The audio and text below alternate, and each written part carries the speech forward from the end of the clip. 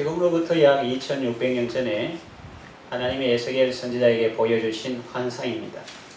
에스겔이 천사의 인도를 따라서 성전 문에 이르니 그 문지방 밑에서 물이 흘러나왔습니다. 그 물은 성전 주위를 채우면서 흘러가며 가는 곳마다 주변의 모든 것들을 소성하게 살아나게 합니다.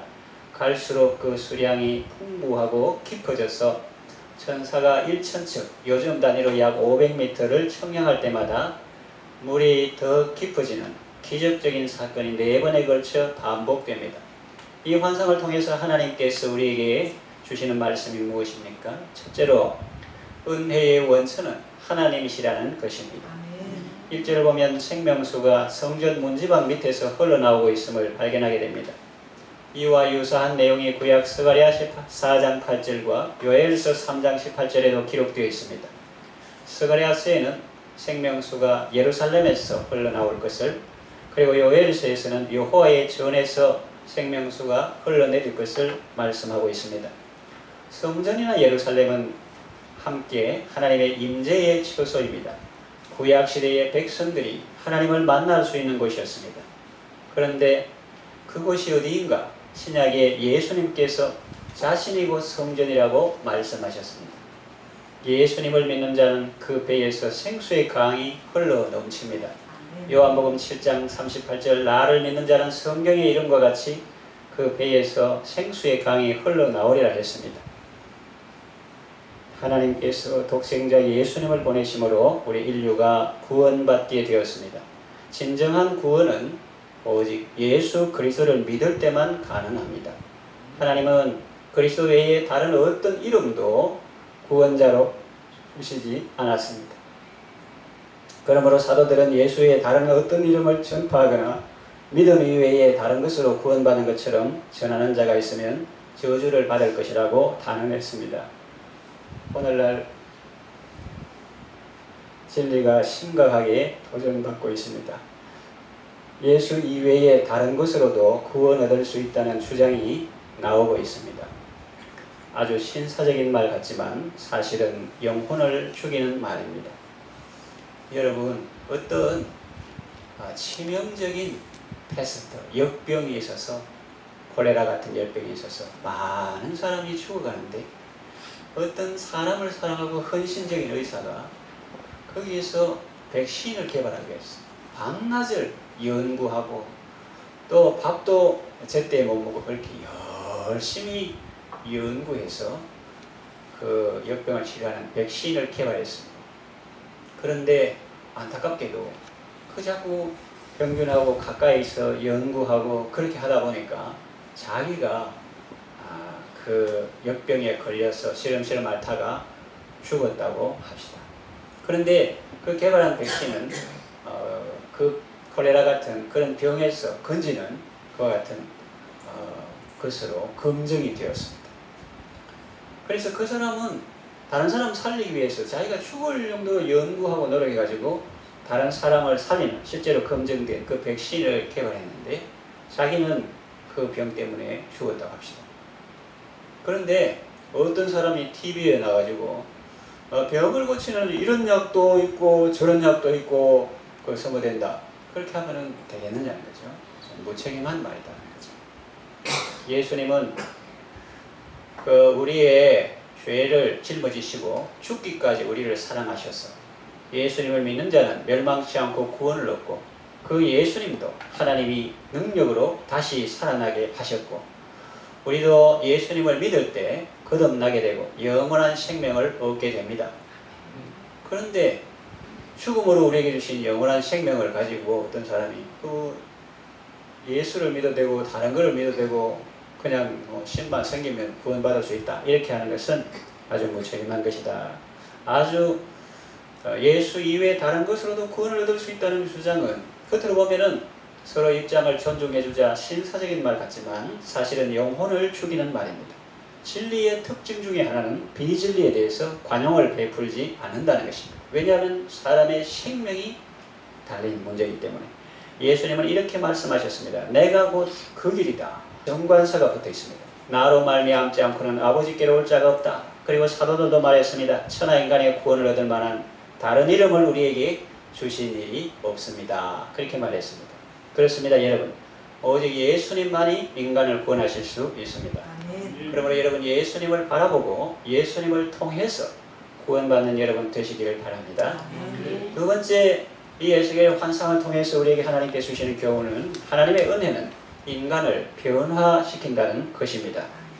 생명수가 공급되는 곳에는 진정한 생명의 회복이 일어납니다. 예루살렘 성전에서 발원하여 동쪽으로 흘러내려 팔레스타인의 저지대 아라바로 내려가서 사해바다에 이른 물은 먼저 바다를 소생시킵니다.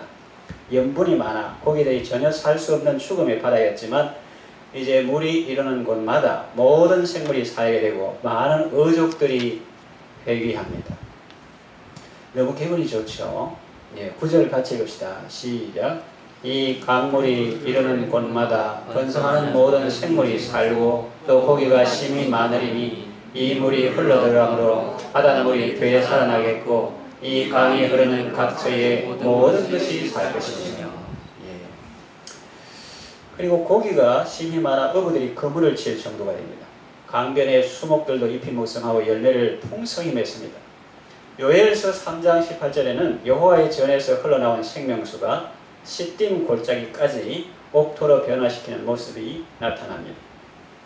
본래 시딤 골짜기는 사해 근처에 있는 곳으로서 세계 지도를 보면 사해, 데드시라고 하기도 하고 또 염해, 솔트시 그렇게 하는데 수영 못하는 사람도 물에 뜬다는 그것이죠.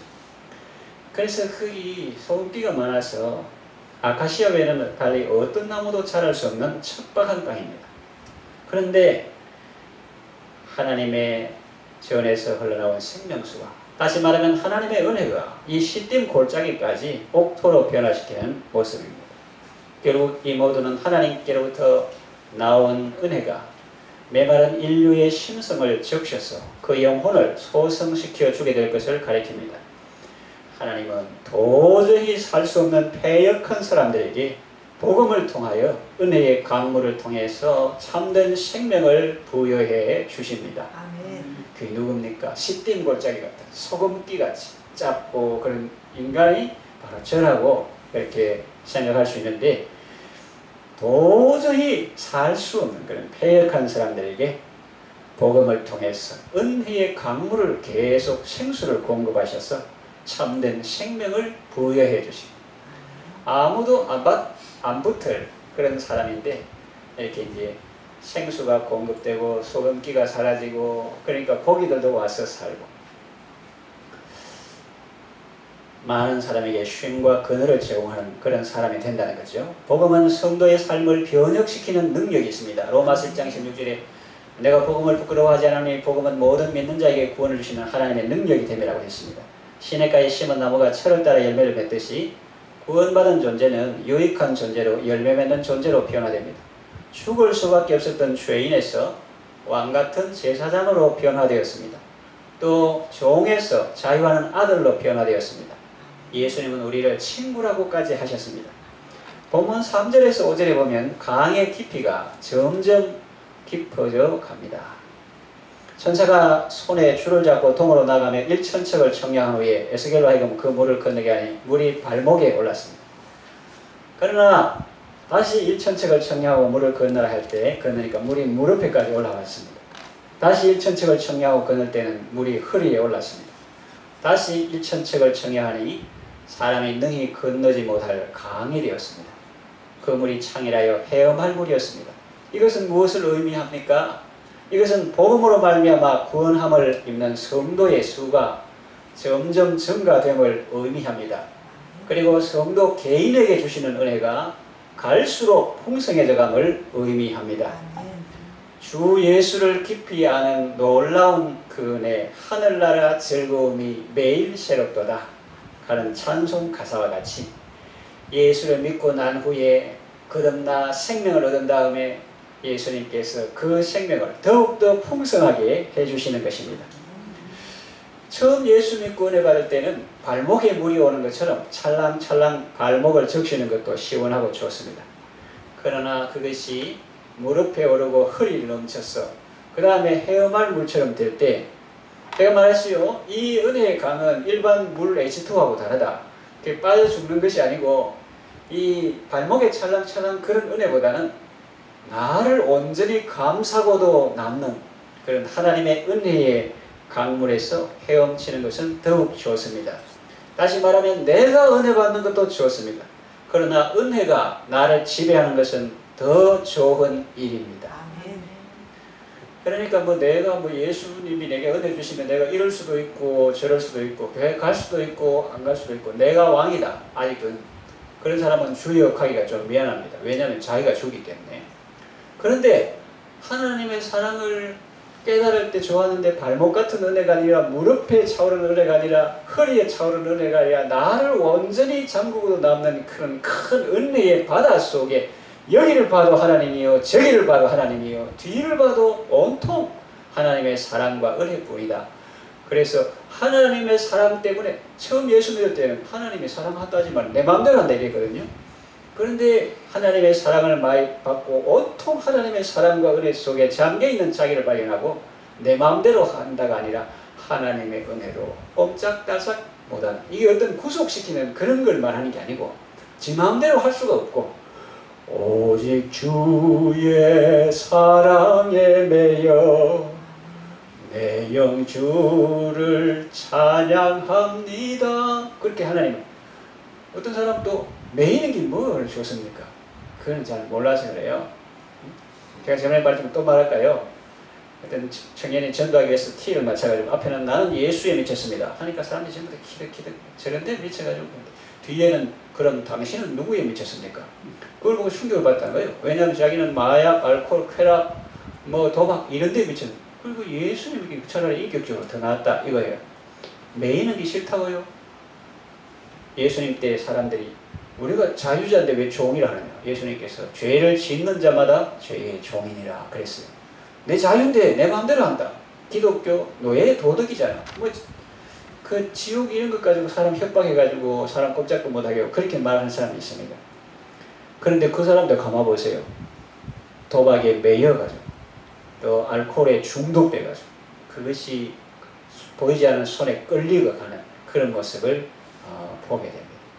그러나 예수님은 주 말씀하시길 쇠사슬 끊겼네 우리 자유 얻었네 할렐루야. 이렇게 우리를 죄에서 자유하게 하시고 욕심에서 자유하게 하시고 사망의 권세에서 자유하게 하셨습니다. 그러므로 은혜를 아는 사람은 이렇게 찬송하는 거예요. 주의 은혜 사슬되사 나를 주께 매소서. 청년들은 사슬시를 하죠. 내 인생은 나의 것 하면서 막 죽도록 그런 노래합니다. 그런데 그 이의령 박사의 딸 이민아 그 사람도 미국 변호사까지 하고 그랬는데 어릴 젊을 때 내 인생은 나의 것 그 노래 많이 부르고 엄마 너무 마음 많이 아프게 했다. 나중에 철들어 보니까 내 인생은 나의 것이 아니고 하나님께서 내게 주신 것인데 내가 하나님의 뜻대로 살았는데 내 인생은 나의 것이라고 하다가 정말 하나님 부모님 마음을 많이 아프게 했다. 깨닫고 보면 하나님 내가 바르고 살라고 하는데 이렇게 연약하고 넘어지기를 잘합니다. 주의 은혜 사슬되사 나를 주께 매소서. 볼끈 붙들어 매주면 기분 나쁩니까? 좋습니까? 할렐루야. 그런 대답을 할 수 있다는 것 자체가 기적입니다. 그래서 갈수록 이 은혜가 내가 은혜를 어떻게 하는 게 아니라 그 은혜가 가득 차고 흘러 넘쳐서 내가 좋은 의미로 내 마음대로 살 수 있고 하나님의 사랑에 매여서 하나님의 뜻대로 살고 하나님을 사랑하고 사람을 사랑하는 그런 삶을 살게 하신다 하는 거죠. 예배 후에 부를 찬송인데 예수님 사랑 예수님 사랑 바다 물결같이 내게 임하니 영광의 물결에 온전히 쌓여서 내 영혼의 기쁨 한량 없도다. 할렐루야. 여러분 기회가 주어져서 가족이 약간 쉬러 갈 수도 있고 아니면 못 쉬더라도 자기 주변에서 마음을 줄 수 있고 한데 어디 가든지 안 가든지 그보다 더 중요한 것은 언제나 예수님의 사랑 안에서 은혜의 강물에서 강물로 상징되는 생명수로 상징되는 그 하나님의 은혜와 사랑 안에서 참된 쉼과 위로와 만족을 얻으시기 바랍니다. 내 영혼의 기쁨 한량없도다. 예수님 안에서 구원의 감격과 기쁨을 누리시기 바랍니다. 세 번째, 하나님의 은혜는 창조 세계를 변화시킨다는 것입니다. 본문에서 우리는 생수의 강이 주변 세계를 생명력 넘치는 곳으로 변화시키는 것을 보게 됩니다. 이는 하나님의 구원 사역의 효과가 창조 세계 전반에까지 파급됨을 의미합니다. 그래서 예수쟁이는 저끼리 잘 살고자 속닥하게 그런 게 아닙니다. 먼저 사람을 변화시키고 그리고 세상을 살리는 것이 하나님의 생명이요 하나님의 은혜의 능력인 것입니다. 아담의 타락으로 창조 질서가 파괴되었음은 여러분이 잘 아시는 사실입니다. 그 이후로 혼돈과 적대가 피조 세계를 지배하게 되었습니다. 여러분, 피조물이 말 안 하는 것 같죠? 그러나 그 마음에 소원이 있습니다. 로마서 8장 22절에 피조물이 다 이제까지 함께 탄식하며 함께 고통하는 것을 우리가 안다고 기록하고 있습니다. 그래서 인간의 죄 때문에 환경오염, 수질오염, 대기오염 이런 것들이 물질들이 하나님의 아들들의 영광의 자유에 이르기를 고대하고 있다고 했습니다. 피조물도 탄식하며 고대하고 있다고 했습니다. 제 말이 아니라 성경에 나오는 하나님의 말씀이죠. 창조 세계의 질서와 조화가 깨뜨려졌는데 그들이 회복을 바라고 있다는 것입니다. 이 같은 회복의 사역이 그리스도로 말미암아 1차적으로 성취되었습니다. 주님께서 하나님과 피조 세계와의 적대감을 해소하시고 화해를 이루시기 위해서 이 땅에 오셨던 것입니다. 그러나 계시록 22장에서 보듯 아직도 피조세계의 완전한 회복은 종말의 일로 남겨져 있습니다. 그때는 잃어버린 낙원이 회복되고 인간과 자연과의 불화가 종결될 것입니다. 하나님의 보좌에서 흘러내리는 물은 만물을 회복시킬 수 있을 만큼 풍성하고 충만한 생명력을 소유하고 있습니다. 그러므로 여러분, 예수님께서 중간에 막힌 담을 거시고 하나 되게 하셨죠. 하나님하고 사람하고 원래 이렇게 되는데 인간이 사탄의 유혹으로 하나님과 등지고 멀어지고 인간이 하나님하고 멀어지니까 만물도 인간하고 멀어져가지고 쟤네는 뭐 대화하는 그런 수준인데 이제는 인간 가면은 누구 표현대로 저기 타락한 인간 온다 하면서 도망간대 물고기도 그렇게 뭐 표현하는 건데 그런데 예수님께서 한편에는 사람을 하나님의 손을 잡고 또 한편에는 사람의 손을 잡고 화평의 제물로 화목 제물로 돌아가셔서 막힌 담을 의시고 하나가 되게 하셨다 하는 거죠. 그래서 그것이 이제 예수님께서 기초를 놓으셨고 종말의 때에 완성될 것인데 우리가 예수님의 제자로서 그 하나님의 생명 사역에 동참하고 귀하게 쓰임받는 여러분 다 되시기를 바랍니다. 이제 말씀을 정리하며 마치겠습니다. 요한복음 7장 37절에서 39절에 보면 명절 끝날 곧 큰 날에 예수께서 서서 외쳐 이르시되 누구든지 목마르거든 내게로 와서 마시라. 나를 믿는 자는 성경의 이름과 같이 그 배에서 이 육신의 벨리 이걸 말하는 게 아니고 그 존재 내면의 극한 곳을 말합니다. 그 배에서 생수의 강이 흘러나오리라 하시니 이는 믿는 자들이 받을 성령을 가리켜 말씀하신 것이라 그랬습니다. 그렇습니다. 여러분, 구원은 하나님께로부터 옵니다. 은혜는 하나님으로부터 옵니다. 하나님이 우리를 구원하기 위해서 예수님을 보내셨고 예수님은 땅에 계실 때 지상생활 하실 때는 육체로 계셨지만은 그러나 모든 사람을 자기에게 이끌기 위해서 이제는 부활하시고 성천하셔서 예수님의 영인 성령을 보내셔서 이제는 시공을 초월해서 우리와 늘 함께 하십니다. 할렐루야. 아멘. 성령님은 인간을 변화시키고 창조 세계를 변화시킵니다. 여러분 모두 생수의 강가에서 상징하는 주님의 은혜의 그 물줄기에서 늘 기쁨과 영생의 삶을 살아가시기를 바랍니다.